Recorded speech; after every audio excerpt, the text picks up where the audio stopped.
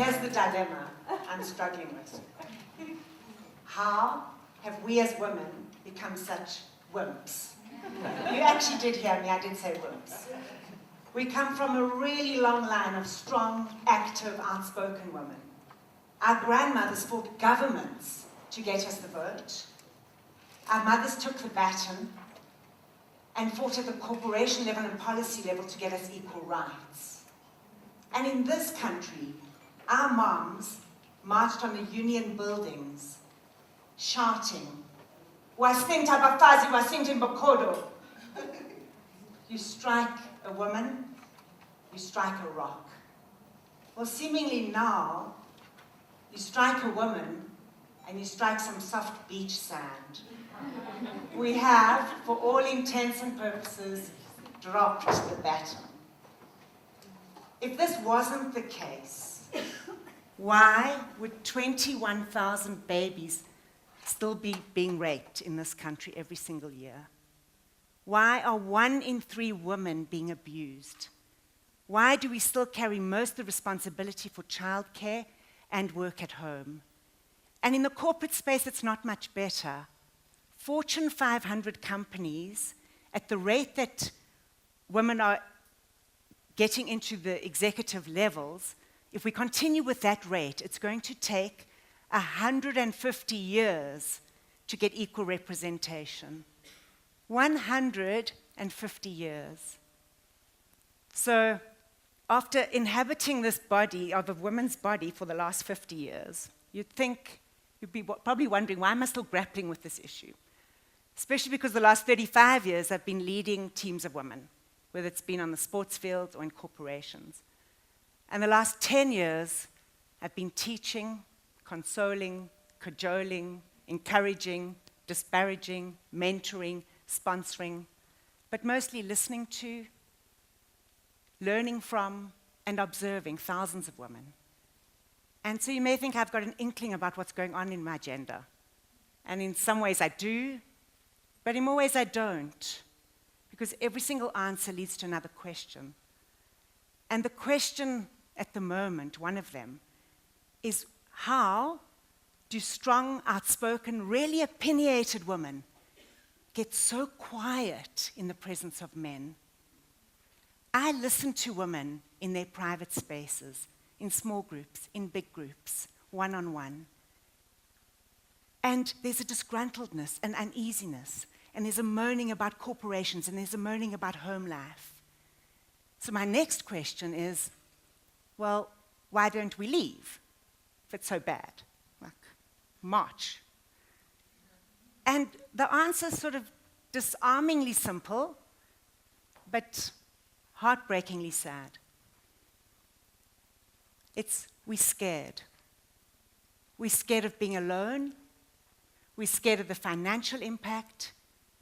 We're scared of what people are going to say. We're scared that people are going to hate us.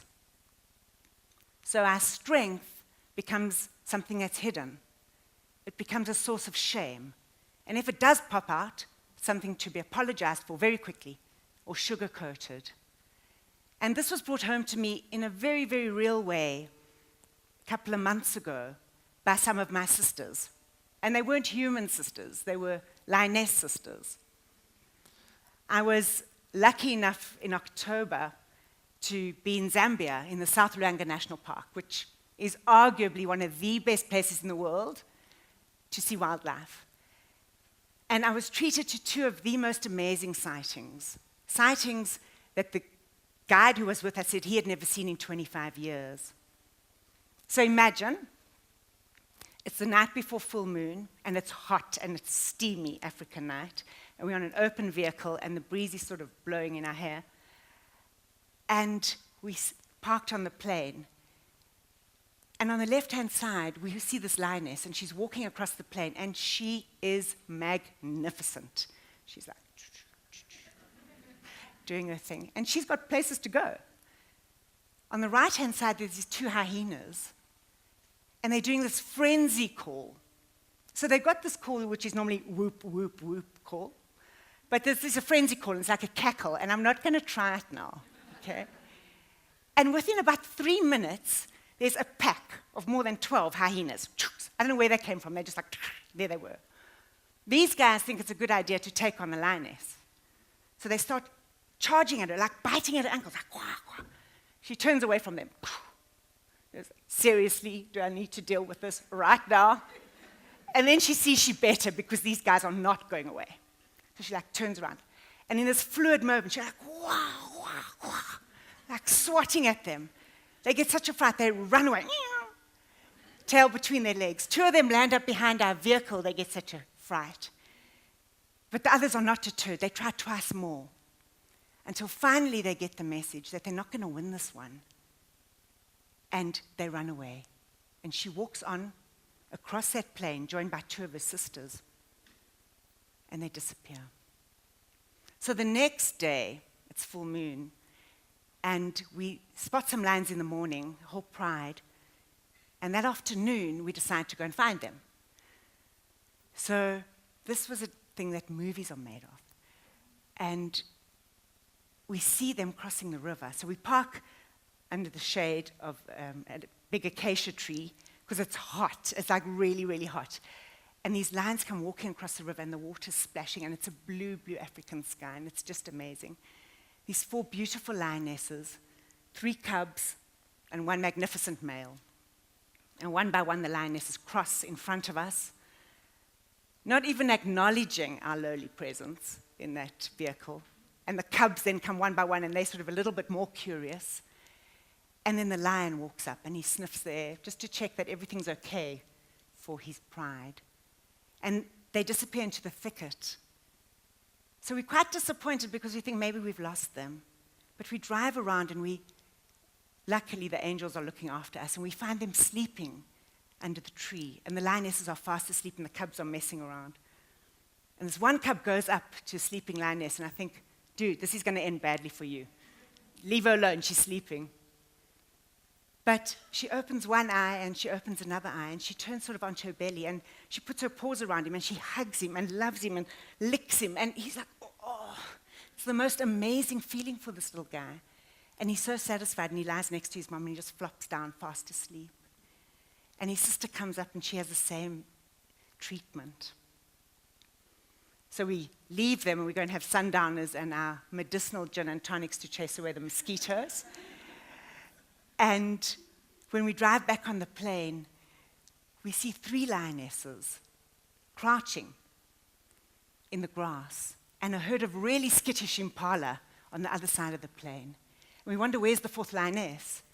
And she's actually gone around. They've set this whole thing up. She's flanked them, the impala, from the other side in an attempt to get them to run towards her waiting sisters.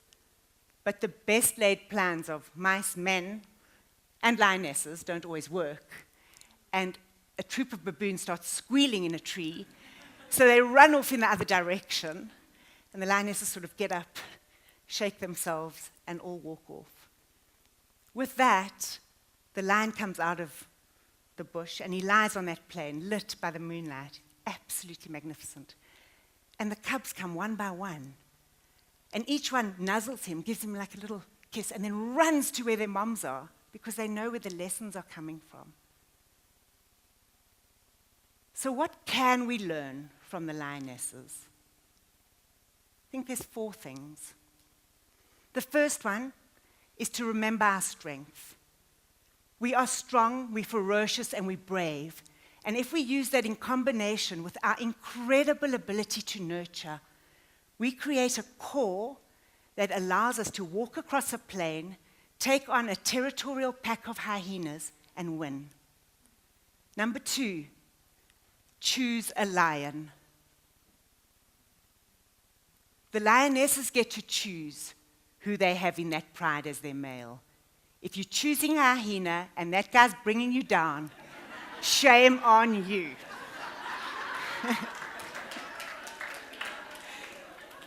Choose a lion, and you'll know a lion. You'll know one when you see one, because they love your strength. It is exciting to them.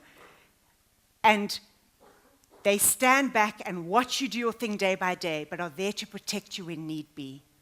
Choose a lion. Number 3, we need to learn to truly hunt together. There's no such thing as a lonely lioness. They love each other's cubs. They hunt together to feed those cubs. It's called a pride because they're so proud of each other. We need to be proud of each other and egg each other on. And number 4 is we need to pick ourselves up and shake ourselves off and walk across wherever we're going to go. Stay focused on what we want to do. Of course there's going to be baboons. Of course there's going to be our hyenas who are taking us off our track.